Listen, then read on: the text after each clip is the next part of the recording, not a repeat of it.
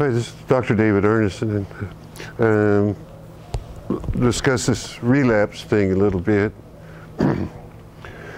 Always tell the patient when they relapse, and of course, especially if a patient has had some time, and I see them, I get them occasionally, that the SLIP, the SLIP, is the old acronym for that, was sobriety, loss is priority. We get so far into this program, we start feeling good, we get the girlfriend back, we get the boyfriend back, we get the business back, we get the job back, we get the car back, we get the finances back, and then we forget what got us there. We forget the hard work it took to regenerate all that.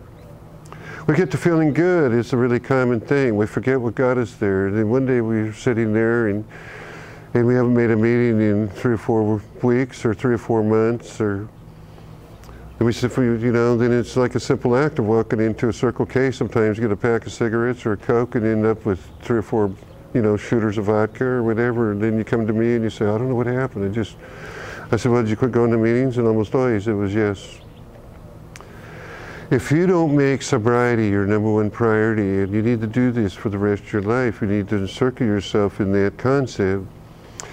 Everything good that's happening in your life right now is not really related to the word sobriety, but it's related in your effort to maintain it. So sobriety has to be the #1 priority, because if you want more in your life, you can't change your past. Your past is written in stone. Your past becomes part of your lesson. It tells you where you don't want to go. The slip is part of your lesson. It tells you you're not doing it enough. The relapse is telling you you're not doing it enough. Yeah, we get frustrated and angry. I can tell you there were times in my journey. There's still times, I make a couple meetings a week, and there's still times I'm leaving the office at 5, I'm going, oh man, I'm tired. I don't know if I want to sit for an hour in that hot building, And then I go anyway. It's generally the best meeting I've been to in a while. But I don't go to impress you, I go to keep this ego in check. Because I have to understand that everything I have today is directly related to not drinking for 28 years, 1 day at a time. That my efforts into doing what I do, the education that I've had, is all based on sobriety, because I can guarantee you, if I made that decision to drink again, this wouldn't be happening. If they were doing a video of somebody, it wouldn't be me, it'd be somebody else. And I understand that sort of tentative nature of all that, that it doesn't take much for a human being to make a mistake. You understand it, or make a bad decision. That every human being has that capacity. We have these 2 great rights. It's the right to be right and the right to be wrong. When I'm wrong, I have to promptly step up and I have to deal with it. Guilt, shame, and remorse, which usually comes after, a slip or a relapse, is counterproductive. I have to step back. I have to say, what was I trying to teach myself? Because if I can't learn it from the outside, there's an inherent drive to go. The inside will teach you. Your decisions will teach you. In many ways, we become our own teachers. And then, of course, like a doctor that treats themselves got a fool for a doctor, and many people that teach themselves got a fool for a teacher. But I'm still teaching myself. I have to learn that lesson. We go through some difficult times, and there will be times in your life, and they haven't been in mine, where I just go, you know what, to hell with this. I just want to get a bottle of Jack and get drunk.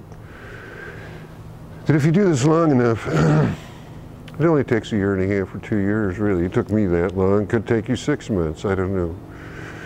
Where you have that feeling like, oh, to hell with this. I'm just going to get a bottle of Jack and get drunk. And then the next thought is, okay, what's that going to do for me? What's that going to solve? What's that, And then I understand, it doesn't solve anything. It doesn't resolve anything. It might help me bury myself for a while so I don't have to deal with it, but the next morning I'll guarantee you when I wake up and I got a hangover, then I got 2 problems. The original problem and me. The old timer told me one time, I don't relapse because I'm afraid I'm going to die. I don't relapse because I don't want to have to go through this again. So show up. That's what we do. And we do the work. Get a good sponsor. If it's not working for you, get another one. Just do the steps, and understand the steps are numbered, right? 1, 2, 3, 4 through 12. They don't run in a linear line. They run in a circle. Everything that's happened in my life that's been a negative out beyond my drug and drinking, I've gone back to those steps. you know, where I've lost my hearing, or I've been operated on for cancer, or had my wife die of cancer. I say, you know, I'm powerless over this time. I'm powerless over this part of my life right now, and then I go back into the steps, and I reconnect with the people that care, that will look after me. And that was always the wonderful thing about the program, the brothership and the fellowship, sistership, brothers and sisters. Not just a doctor, I'm your brother in recovery. Always be that. I recognize that. Been through that place of suffering, and I'll do some more suffering before it's through, because that's what life gives me. Understand that I'm focused on living the fullness of life. That means if I want to love at the highest level, and to be loved at the highest level, I must be willing to face the greatest pain and the greatest sadness. Without that, I don't live the fullness of life. When I leave this world, I want to know that I gave it my best shot.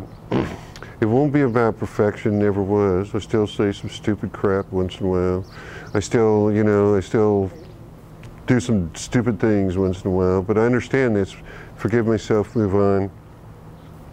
Understand that there's this human side. This is the hard side. Because I'm trying to live a spiritual life and try to live a human life at the same time, and it's a hard thing to do. But I do know this: when I incorporate, and I keep this incorporation going into this 12-step program, or this spiritual program, and we do other things besides the 12-step program, then I have the best chance of probably making it through without drinking myself to death. But I'm not immune from this disease, and there's no free lunch, so I have to work at it. So I understand that. So in relapses, almost always, you're going to hear this story. Well, I quit going to meetings, life got good, I was happy, and then I see them again. Or they relapse, or they show back up for treatment, or they call me crying on the phone. I say, well, let's get your body in here, let's get with it. You know, here's another opportunity. What did you learn? And so we have to always go back there. Well, you know, I'm done. When you're done, you're done. You have to go through some misery. That's the way it is. I go through withdrawal, have to go through the detox, have to face the truth of self again. There's no other way. There's no other way. So relapses, well, they can be common, but they're not necessary. If you're doing the work, probably not going to happen.